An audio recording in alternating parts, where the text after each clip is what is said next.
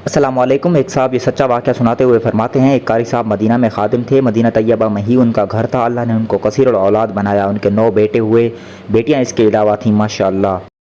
उन्होंने सबको नेकी की राह पर लगाया। हर बच्चा उनका हाफ़िज़, कारी, आलम और मुफ्ती बना। एक मरतबा मस्जिद नबी में कारी साहब तशरीफ़ लाए, बहुत ही परेशान दिखाई दे रहे थे। मैंने पूछा, कारी साहब खैर तो है? कहने लगे, आज बहुत परेशान हूँ। मैंने पूछा, किस बात पर? उन्होंने कहा, बड़ा बेटा मुफ्ती बन गया है, जवान हो गया और इतनी बड़ी फैमिली सिर्फ 3 कमरों के घरों में रहती है, मगर अब उसकी शादी करनी है और हमारे पास कोई ऐसा कमरा नहीं कि उसकी शादी करके वो कमरा उसे दे दें। सऊदीया में शादी का खर्चा लड़की वालों की बजाय लड़के वालों को करना पड़ता है। हर किस्म का बोझ उठाते हैं।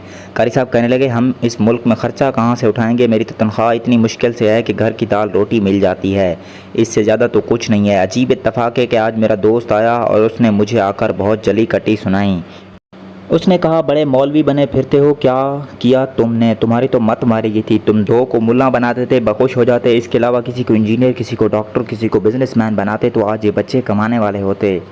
तुम्हारा बोझ उठाते। तुम जैसे भी कोई बेवकूफ़ होगा कि सबको ही मुल्ला बना और मौलवी बना दिया। अब ना तो कमा सकते हैं, ना खुद खा सकते हैं, ना तुम्हें खिला सकते हैं।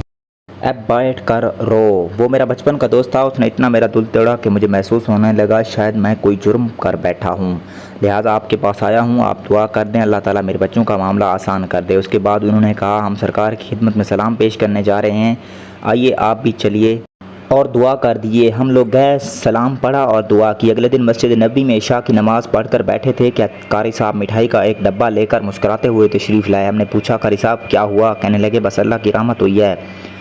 हमने पूछा, क्या हुआ? कहने लगे, हमें तो पता चला एक पाकिस्तानी इंजीनियर थे जो हादसे में फ़ौत हो गए थे। उनके घर में बेटी जवान है, पढ़ी लिखी, खूबसूरत और खूब सीरत है, बहुत अच्छी बच्ची है। किसी के बताने पर मैं अपनी बीवी को लेकर उनके घर गया। जब मेरी बीवी उनके घर गई तो 2 मिनट के अंदर उसने पैगाम भेजा कि मैं आपसे अलहदगी में बात करना चाहती हूँ। मेरा दिल घबरा गया कि उन्होंने मेरी बीवी को क्या जवाब दिया है या नफ़ी में जवाब दे दिया।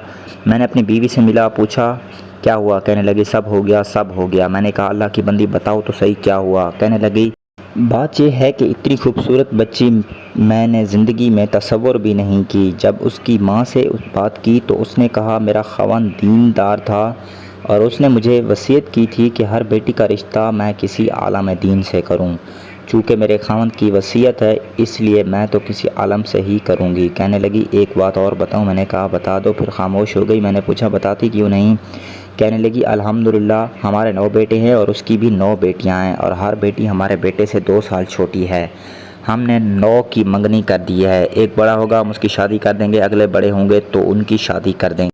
मैं आज 2 मिनट में 9 बच्चों की मंगनी करके आ गई हूँ। बेटी का रिश्ता मुसीबत बन जाता है, लेकिन जब अल्लाह की मदद आती है तो चंद मिनटों में 9 बच्चों के रिश्ते हो जाते हैं। सुभान अल्लाह। तो दोस्तों, कैसे लगा आज की हमारी ये कवरेज? पसंद आए तो वीडियो को लाइक और मज़ीद ऐसी बेहतरीन कहानियों के लिए हमारे चैनल को ज़रूर सब्सक्राइब करें। शुक्रिया।